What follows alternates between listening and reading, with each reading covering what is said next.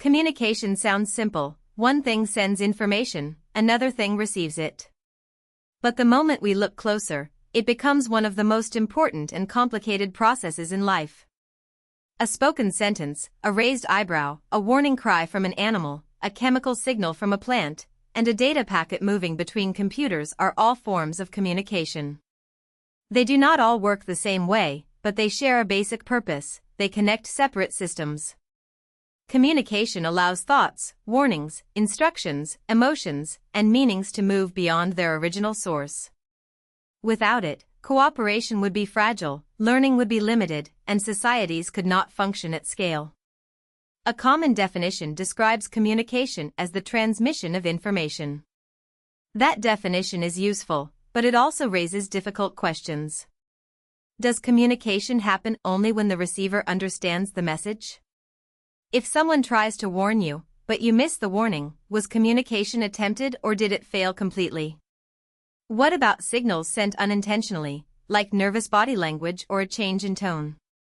Scholars debate whether communication must be intentional, successful, or meaningful to both sides. Some also argue that communication does more than transmit meaning. In conversation, meaning can be created through the interaction itself, as people clarify, react, disagree, and build shared understanding. To make communication easier to study, researchers use models. A model is a simplified picture of a larger process. Many communication models begin with a source, the person, animal, plant, or machine where the information begins.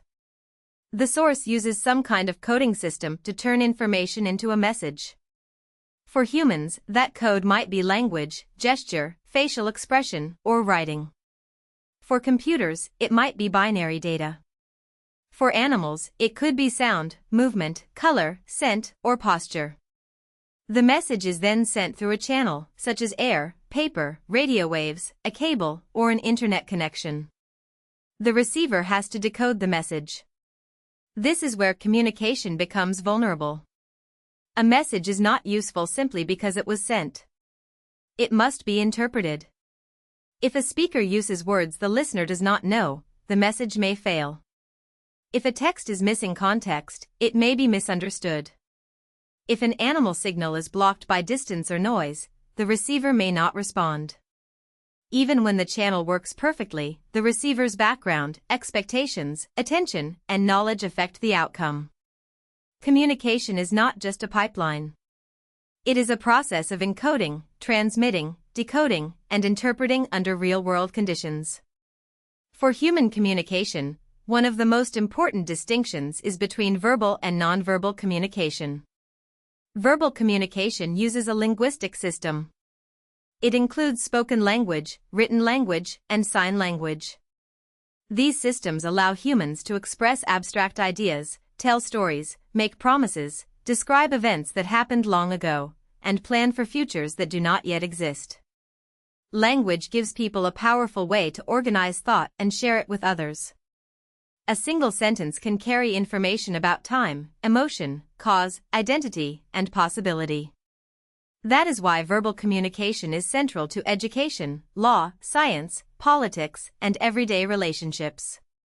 Nonverbal communication happens without a linguistic system, but it is not less important. Facial expressions, posture, eye contact, touch, distance, gestures, and tone can change the meaning of a message or communicate something on their own. A person may say they are fine while their face and body suggest stress. A nod can encourage someone to continue speaking. A pause can signal hesitation, respect, confusion, or disagreement depending on the situation. Nonverbal cues often help people judge emotion, intention, and trust. They are also deeply shaped by culture, which means the same gesture or level of eye contact can be interpreted differently in different communities. Human communication can also be classified by who is involved. Interpersonal communication happens between distinct people, friends talking, coworkers planning, families arguing, strangers negotiating directions. It is the kind of communication most people think of first because it shapes relationships directly. But there is also interpersonal communication, which is communication with oneself. This includes inner speech, self-reflection, private decision-making, and the way people mentally rehearse what they might say. Intrapersonal communication matters because it influences how messages are formed before they are shared. The conversation inside a person can shape the conversation they have with the outside world. Being able to communicate well is called communicative competence. It is not just knowing vocabulary or grammar. It includes knowing how to shape a message for a situation, how to listen, how to interpret context, and how to adjust when misunderstanding appears. A competent communicator chooses words carefully, notices nonverbal feedback, considers the receiver's knowledge, and adapts to the channel being used.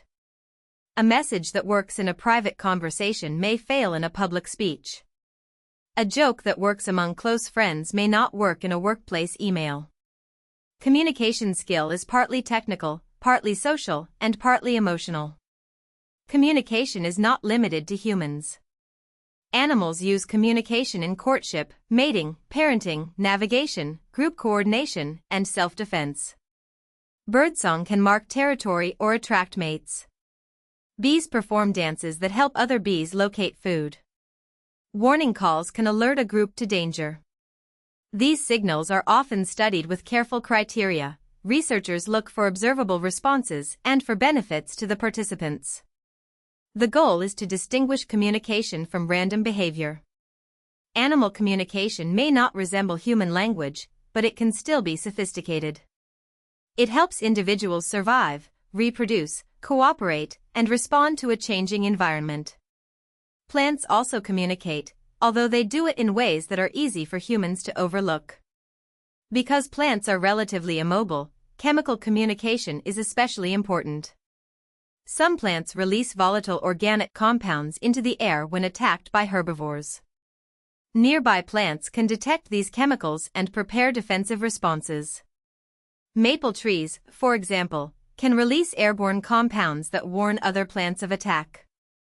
This kind of communication challenges the idea that communication requires a nervous system, a voice, or conscious intention.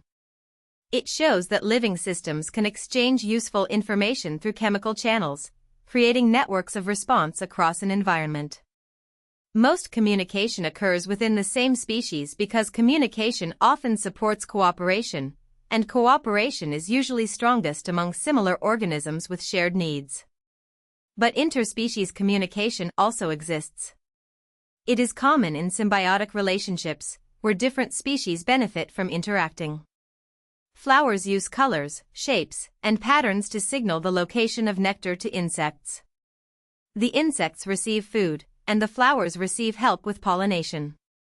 Humans also engage in interspecies communication every day when training dogs, riding horses, caring for livestock, or responding to pets. These exchanges may be imperfect, but they show how signals can cross biological boundaries. The history of human communication is also a history of technology. Speech allowed knowledge to move between people in real time. Writing made messages durable, allowing laws, stories, records, and ideas to survive across distance and generations. Mass printing expanded access to information and helped create large reading publics.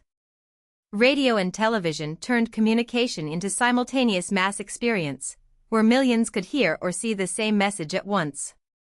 The Internet transformed communication again by making many-to-many exchange fast, global, and interactive. Each new technology changed not only how messages traveled, but also who could speak, who could listen, and how societies organized. Knowledge. Today, communication includes conversations between people, signals among living things, and data exchange between machines. Computers communicate constantly through coded instructions, networks, and protocols. Human messages move through platforms that reshape them with algorithms, notifications, compression, and design choices. This makes communication more powerful, but also more complex. Messages can spread instantly, lose context, be misunderstood, or reach audiences the sender never imagined. At its core, communication remains the process of connecting separate systems through signals. But every signal depends on codes, channels, interpretation, and context. To understand communication is to understand how meaning moves, changes, and sometimes emerges between sender and receiver. If you found this helpful, please like this video and subscribe for more explainers.